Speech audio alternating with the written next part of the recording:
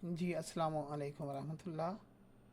तो हमारे जो ग्रुप में हमारे एक भाई ने सवाल किया पेड स्टूडेंट में, क्योंकि ज़री बात है उनको हेल्प मिल सकती।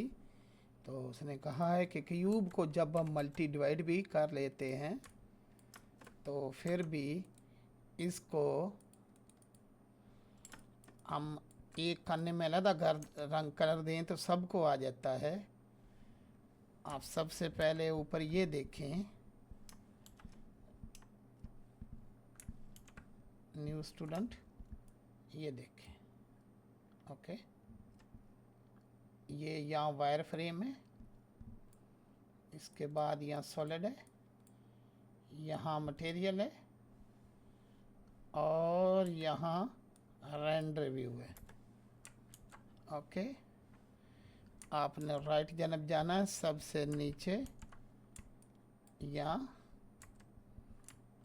और यहाँ जाके आपने न्यू पे क्लिक करना है और कोई बेस कलर ले लेना है। ओके, अब आपने एडिट में जाना है, जो भी आपने सेलेक्ट किया है plus new assign, white colour आ गया, इस तरह से आपने ले लेना है।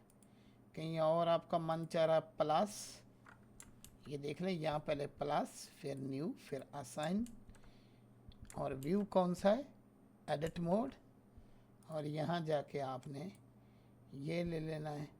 रफनेस आपने कम करनी, ज़्यादा वो जितना आपका मन करे।